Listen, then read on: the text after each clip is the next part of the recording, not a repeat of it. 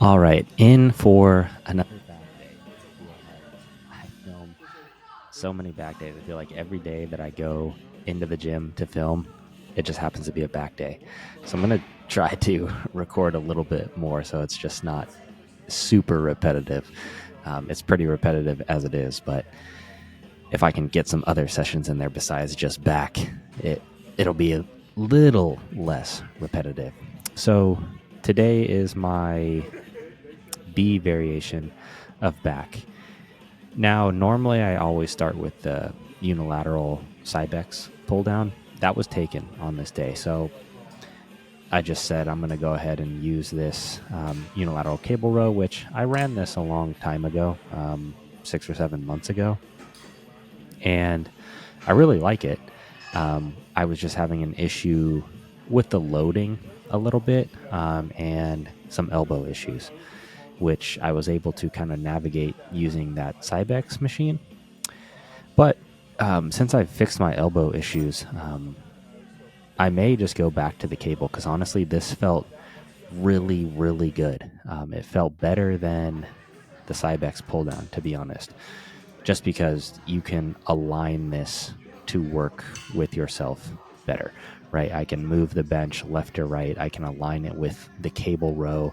I can align the cable to directly pull into the hip joint. I can get it at the angle I want. I can sit back farther. I can sit back closer. So there's way more things that I can manipulate to fit me individually better.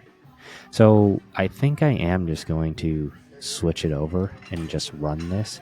So it kind of ended up being good that somebody was on that Cybex so that I had to, I mean, I could have waited, but I didn't feel like waiting.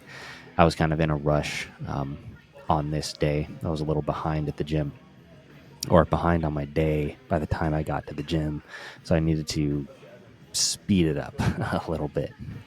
So first set, I do 2 sets in the 8 to 12 rep range and then 1 set in the 12 to 15 rep range. I think I actually got over the 12 rep range on that set in particular. I think that was my first one.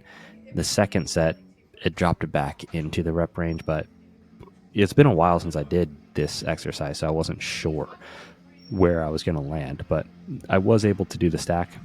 So next time I go in there, I'll probably bring a gym pin with me or something so I can add a little bit more weight. And again, I try to get you guys multiple angles for, anybody who watches these to, for the purpose of improving their own training. I tried to get a couple different angles so that you can see, again, where the elbow is driving, how the elbow is driving, how the shoulders are moving or not moving, because this is how you need to perform this exercise. I've talked about it ad nauseum, so I feel like I just always am repeating myself when it comes to back training. So I may just venture off and talk about something else during this video and just use the video itself as an example. But as I always say, things that I learned from Jeff Alberts and things that I learned from John Meadows, it's all about elbows and angles when it comes to back training. And it's about being able to pull with your elbow and drag your elbow instead of pulling with your biceps, pulling with your forearms, pulling with your, upper back, rear delts. Now, you do obviously want to pull with the upper back on a movement like this, right? Straight bar, cable row. But for lat work, people get really carried away and they start using all the parts of their back. That's why you'll see the most common lagging body part is not necessarily the back itself, but it is the lats.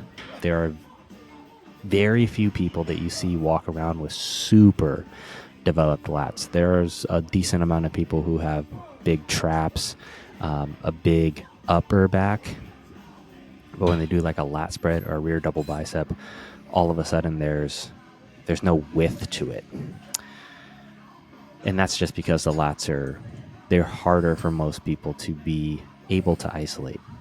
And that's why I discuss them so much, I feel like. Anyways, it was 3 sets of the unilateral cable pull down. Then it was 3 sets of, what is this? Just a straight bar cable row. So this is designed to hit the upper back, the rear delts, the traps, basically everything on that upper portion there. That's an exercise that I will allow myself a little bit of momentum on, just to be able to, it essentially evens out the strength curve of the exercise. That was 3 sets there. 12 to 15 rep range, I think. I really, some of these things I can't remember unless I'm looking at my logbook. Then I go over or stay on the same machine, and it's a unilateral cable row this time. Same thing applies. That applies with that unilateral pull down. I am pulling with the elbow. I'm trying to drive that elbow into my hip joint. I'm basically like pretending that I'm dragging the elbow across the floor, if that makes sense. Like the lower you can try and drive that elbow, the better you're going to be able to isolate that lat and to use that lat to move this weight. And you'll notice here, I'm not using any crazy weight. I think this is like 90 pounds on this particular cable row, but it feels so heavy when you are just using your lat to do it. So this was 3 sets, 8 to 12 rep range there. So what is that? 3, that's already 9. That's already 9 sets. Then I come into here, which is the pull down, but it's a dual arm pull down. Now I use a closer grip piece that puts me in like a neutral grip position. I would honestly like this to be a little bit wider, but this is what I have to work with, so I make do. And this is another lat movement. So 3 lat movements, 1 upper back movement on this day. And I'm doing 4 sets here. In the 12 to 20 rep range, I believe. I filmed this one from a couple different angles as well. So again, you can see where the elbows are driving. You can see they're going into my hip. They're staying in front of me. They're not coming behind me. Doing my best to keep the shoulders relatively neutral. You can see on that rep right there that the shoulders kind of come forward. That rep too, you see? So that is when you need to cut a set if you're trying to work your lats. That is that little hitch at the top, or at the bottom, sorry. That's where a lot of people they'll just keep going because they're like, oh, I finished the rep. Like I can keep doing more reps. And sure, you can keep doing more reps. I could have kept doing more reps there, just use a little bit more momentum and continued going. But at that point, I'm not using my lats to move that weight anymore. So I don't see it as productive when my goal of the set is to work my lats. Again, it was 4 sets here. So you add that up. What is that? 13 sets. I think my other back day is also 13 or 14 sets. So like I touched on in that last video, do not be scared of doing higher volumes. I think most people nowadays would actually consider this like a really high volume workout. And this is, I would not consider this actually high volume, as my thumbnail would imply. I would consider this like, I don't know, average volume, really, to be honest. Man, I just don't think 6 sets, 8 sets on a back day. I mean, I just think you're selling yourself so short unless you're hitting back every 2 days or something like that.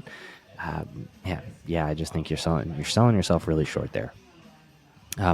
So after that, I did some bicep work. Didn't record that. I think I also did rear delts.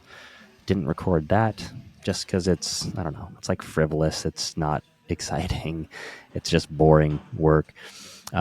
This is boring work too, but I wanted to show you guys that, I still train abs.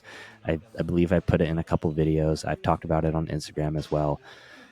But training abs is super important. Once upon a time, I fell for the meme of you don't need to train abs if you're doing your, core compound lifts because those work your abs. I mean, that is true. Your abs are working during that to stabilize you so you can do the weight. But if you want deep, separated abs, you better be training abs. The people with the best abs in the world are men's physique competitors. Those guys train abs all the time. So it's not a surprise. It's not genetics why their abs are way better than everybody else's. It's better because they train them. And like I said, I fell for that meme before. And in my last prep, it came to fruition when my abs were nowhere near what they once were when I was younger. And I used to train abs all the time. I had pretty thick, deep abs. In this prep, they were like, you could see that I had abs, but it was like they were so, I don't even know the word, that they were so shallow. Like the abs were very shallow. And I remember looking at some of my pics and being like, the hell? Like my body fat's like really low. Like I'm almost stage lean and my abs just, they look bad.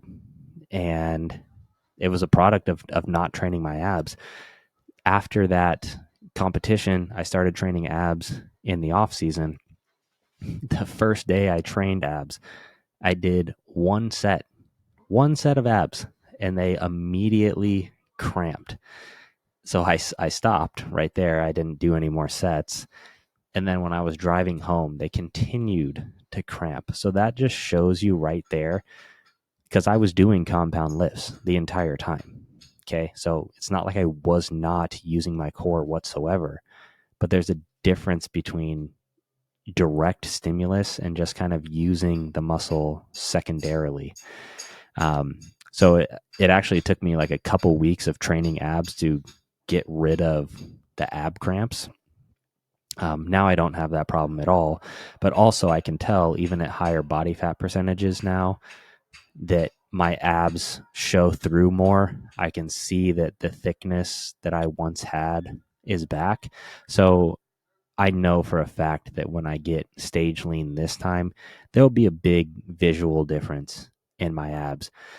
And I think that's important for not only your look on stage, because it really does make you stand out if you have a great midsection, but I think it's just an important lesson for anybody out there who's looking to develop your abs.